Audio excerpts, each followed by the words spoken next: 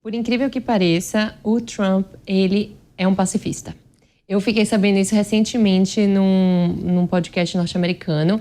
O Trump, ele pessoalmente, ele tem duas curiosidades sobre o Trump. Ele é germofóbico, tá?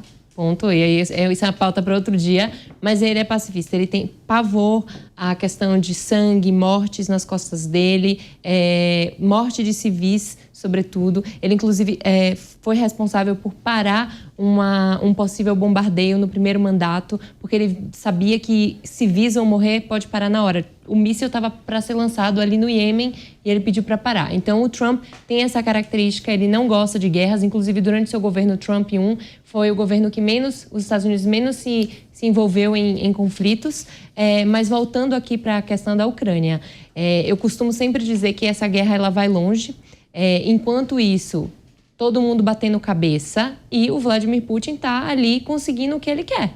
Ele já tem 20% do território ucraniano, ele vai conseguindo tempo aí, e aí ele vai traçando mais estratégias. Nesse final de semana passado, a Rússia fez o pior ataque ao solo ucraniano, com drones. E a gente espera muito pior porque nada acontece. As pessoas parecem que estão assistindo de braços cruzados. O Trump fala isso tudo, de fato, mas o que de fato os Estados Unidos estão fazendo para minar esse conflito? Essa semana, a Alemanha e outros países da União Europeia que distribuem armamento para a Ucrânia já autorizaram a Ucrânia a terem armamentos de longo alcance, né? Conseguir ali mirar na Rússia.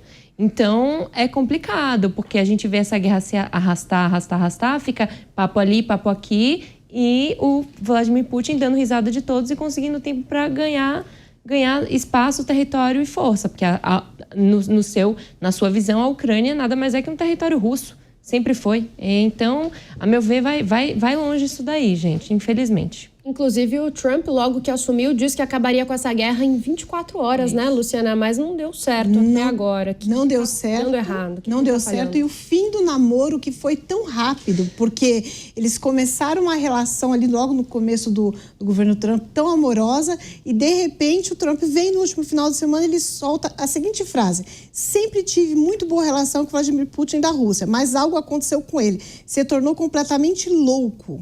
Trump is crazy.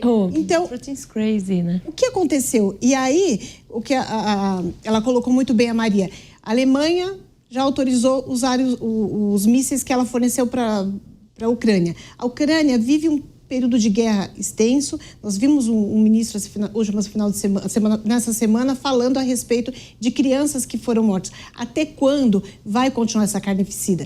Ao invés de melhorar a situação, numa questão diplomática, somente está piorando. E aí, direitos humanos estão sendo lesados. E falar no risco de uma terceira guerra nos dias atuais, para mim, é o fim dos tempos. E, André, o risco de uma terceira guerra, uma fala como essa, movimenta até mesmo o mercado, né? Nesse caso, não. Na verdade, o que a gente está tendo muito mais é a questão das tarifas, né? É porque a guerra tem um efeito paradoxal que pode até alimentar a economia no final do dia, né? Não é terrível falar desse jeito. Mas é isso. Agora, a respeito das intenções do Trump, bem, eu não sou especialista em Trump, no sentido mais forte da palavra, mas me parece que é muito esse jogo o tempo todo, né? Ele foi lá, sobretaxou a Europa 50%, depois fala mal do Putin. Aí ele vai lá, fala que é contra a guerra e faz uma vista grossa danada por uma série de coisas que ele está efetivamente apoiando. Então, isso tudo aí é a estratégia dele. Eu não vou nem entrar no... Às vezes a impressão que eu tenho é que a gente está num episódio de South Park, que é um desenho animado em looping, porque não faz sentido o que ele fala. Não faz simplesmente sentido. Pode ser uma estratégia dele para conseguir alguma coisa? Pode, mas no limite é uma outra questão. O que me preocupa, e aí sim pode dar uma terceira guerra mundial, mais do que essa questão da Europa, porque como foi colocado aqui, né, pela Luciana e pela Maria, né, até ele fala que o Trump ficou louco, né? O Trump, não, desculpa, o Putin ficou louco e tal. Mas o motivo para a Europa dar arma de longa distância, né, para os europeus. O limite é isso, né? Já que ele ficou louco, e já que os europeus sabem que ele é louco há muito tempo, é isso. Agora, colocado de outra forma, o que é o problema central que vai bater lateralmente nessa discussão é que os Estados Unidos e a China estão numa rota de colisão que é inescapável. E isso daí eu não sei como vai resolver. Agora, a questão... Aí o que acontece? Geralmente você tem uma tensão bipolar desse jeito, né? Você começa a ter guerras por proxies. Aí é a questão da Ucrânia, que nem foi o Vietnã, que nem foi a Coreia, agora é a Ucrânia, agora vai essas outras guerras aí. E sim, a gente pode ter uma terceira guerra mundial, sim. Eu acho que não é longe disso, mas até segunda ordem... A boa notícia pra gente no Brasil é que a gente tá longe, né? Essa aqui é a boa notícia nossa. Era esse o ponto que eu ia tocar. O Brasil, historicamente, se coloca como neutro. E aí, Túlio, mas a Rússia tem visto o Brasil como meio ali, um pouco aliado. Inclusive, o chanceler da Rússia, o Sergei Lavrov, cobrou mais apoio do Brasil no contexto das negociações para encerrar. Então, a Rússia está vendo o Brasil mais próximo, mesmo o Brasil tentando esse território neutro? Qual que é o papel do Brasil nisso? Sim, a Rússia vê sim o Brasil mais próximo por uma afinidade político-ideológica do governo brasileiro com o Vladimir Putin. Recentemente, o Lula esteve lá, inclusive, na comemoração do ato mais importante lá para o governo da Rússia, que é a vitória, o dia da vitória sobre o Império, sobre o exército nazista, né? Mas veja, Beatriz, eu olho essa questão com muita preocupação. Discutir o Trump é interessante porque o Trump não é um grande estadista, nem é um grande cientista político, nem é um geopolítico. O Trump, quem quiser entender um pouco mais dele, leia aquele livro A Arte da Negociação, que é um livro escrito por ele, em que ele mostra as táticas que ele usou como empresário e que ele aplica na política. Só que são táticas que muitas vezes funcionam na vida empresarial e não necessariamente numa questão de diplomacia internacional e de geopolítica. Por exemplo, esses blefes que ele faz, ou essas ameaças, né, ele truca forte em cima dos seus adversários, ele tem que saber as consequências disso, porque ele está trucando em cima de um governante, no caso o Vladimir Putin, que não pensou duas vezes em dar as costas para a ONU e invadir a Ucrânia e começar uma guerra nos tempos atuais, né? Então, não se deve brincar muitas vezes com fogo. Então, de duas uma, ou esse blefe do Trump é muito forte a ponto de amedrontar o Vladimir Putin e ele recuar por causa do blefe do Trump e não querer uma guerra, ou o Putin pode querer pagar para ver. E aí, realmente, a situação pode escalar para um conflito muito maior.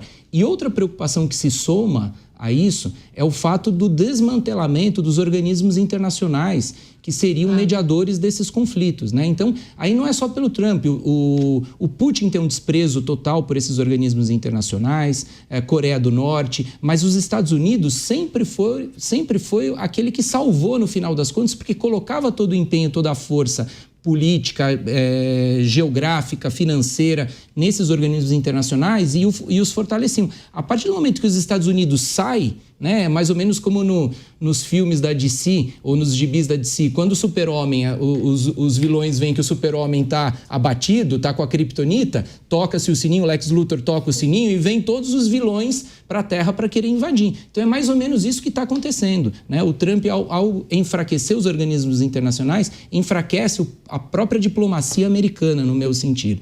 Então, eu vejo com bastante preocupação, Beatriz. Eu estou rezando ultimamente. Então, Maria, uma mudança da postura do Trump nesse sentido, com os organismos internacionais, poderia ajudar de alguma forma, mais do que falas soltas? Eu acho que a gente vive um momento de mudança muito forte, né? Uma mudança de paradigma, de poder, de influência. Os Estados Unidos está com o Trump se propondo a ser o que ele nunca foi, quer dizer, o que ele foi há muito tempo atrás, há mais de 100 anos atrás, né, indústrias e tudo mais, e está abrindo mão do que ele conquistou nos últimos 70 anos, que é justamente encabeçar toda essa governança global baseada no multilateralismo, com as grandes organizações internacionais que justamente pregavam o diálogo, a tentativa de encontrar soluções em comuns entre nações. Então, ele está jogando isso fora, ele está abrindo mão do soft power dele com a briga com as universidades, que são as grandes, né, as grandes instituições de influência intelectual, exportadores de intelectuais, entende? Quem aqui não tem pessoas conhecidos, os alunos, os melhores alunos vão estudar nas universidades dos Estados Unidos. Então, está havendo essa mudança de paradigma. Os Estados Unidos está abrindo mão do que ele conquistou nos últimos 70 anos para reivindicar uma proposta de campanha, uma questão que está aí, foi proposta pelo Make America Great Again, vamos fazer a América grande de novo, que é o Trump, que governa para o seu eleitorado. E ele tem que entender que ele é presidente de uma nação. Eu acho que agora é tarde demais, assim, o Trump não vai retomar essa soberania aí com essas organizações internacionais. Essas próprias organizações perderam muita credibilidade porque, de fato, não conseguiram efetivamente traçar soluções. A gente sabe, as missões de paz da ONU acabavam tendo fiascos. Quem aqui não acompanhou a Guerra da Bósnia? Eles iam lá e no dia seguinte havia bombardeio, vários casos de violência sexual, né, dos próprios soldados de paz. Então, assim, essas organizações, elas de fato estão em descrença.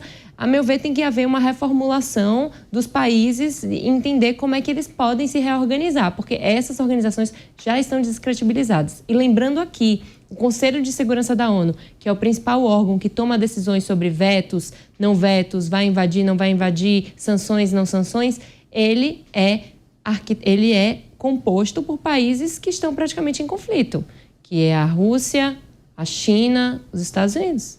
Como é que vai chegar a um consenso assim? Complicado.